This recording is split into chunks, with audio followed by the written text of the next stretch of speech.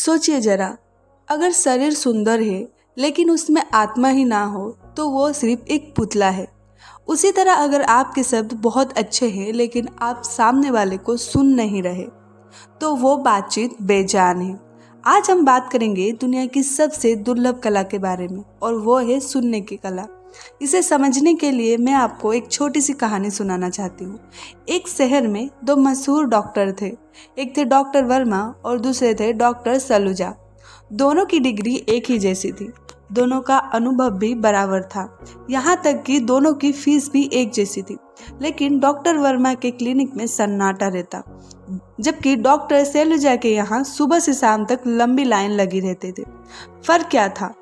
क्या डॉक्टर सलूजा के पास कोई जादुई दवाई थी? नहीं, फर्क था उनके सुनने के तरीके में।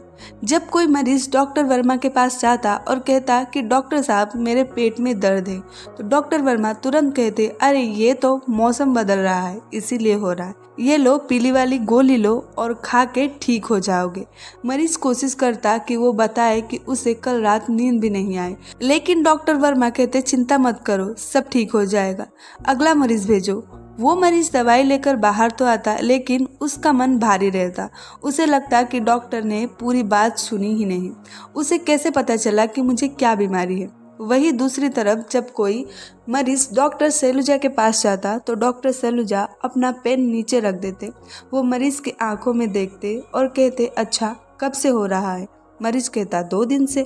डॉक्टर पूछते, क्या आपने कुछ बाहर का खाया था?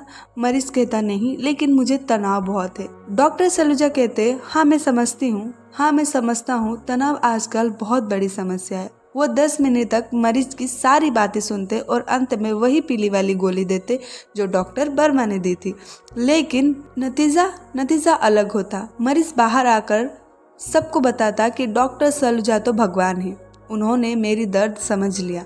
इस कहानी का सार क्या है?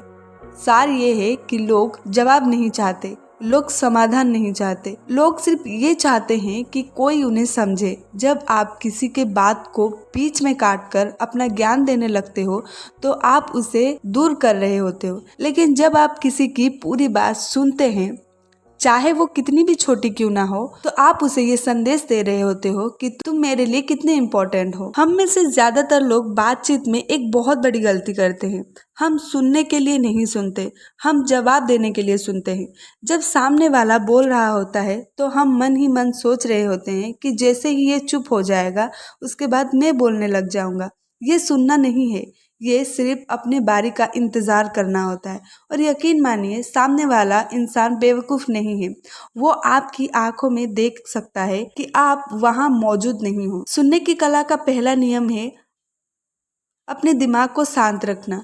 जब कोई आपसे अपना दुख या अपनी खुशी साझा कर रहा होता है तो उसी वक्त उसे सलाह मत दीजिए, बस उसे सुनिए। एक अच्छा दोस्त वो होता है जो सामने वाले को खाली कर दे। जब इंसान अपने अंदर की सारी बात निकाल देता है तो उसे जो हल्कापन महसूस होता है वो उसे आपका दीवाना बना देता है। आजकल की भागदौड़ दुनिया में किसी के पास वक्त नहीं है। ऐसे में अगर आप किसी को अपने जीवन का 10 मिनट भी पूरे ध्यान से देते हो तो आप उसे दुनिया का सबसे कीमती तोहफा दे रहे हो। याद रखिए, कान सिर्फ आवाज सुनने के लिए नहीं है, कान भावनाओं को सुनने के लिए है।